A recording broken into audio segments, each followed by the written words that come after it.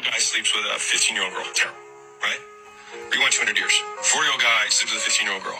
100% normal. Was it, though? Now, just as an aside. As Neil brings up, it was not normal in 1825. The average age was probably 23 for a woman and 25 for a man. Remember, 1825 in the span of history is not that long ago.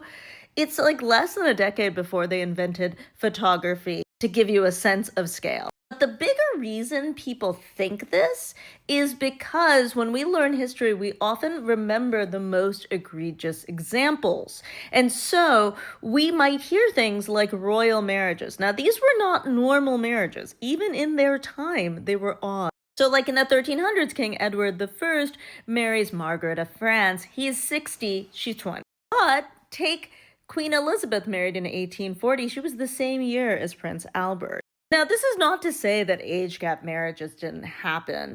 Now, not at 15, but certainly after 1819, a young woman might find herself in very dire straits and marry an older man. You see this a lot in stories of the American West, for example. How did this happen? It happens because there was a very high rate of maternal death, not to mention infant death. So often men would have a second marriage.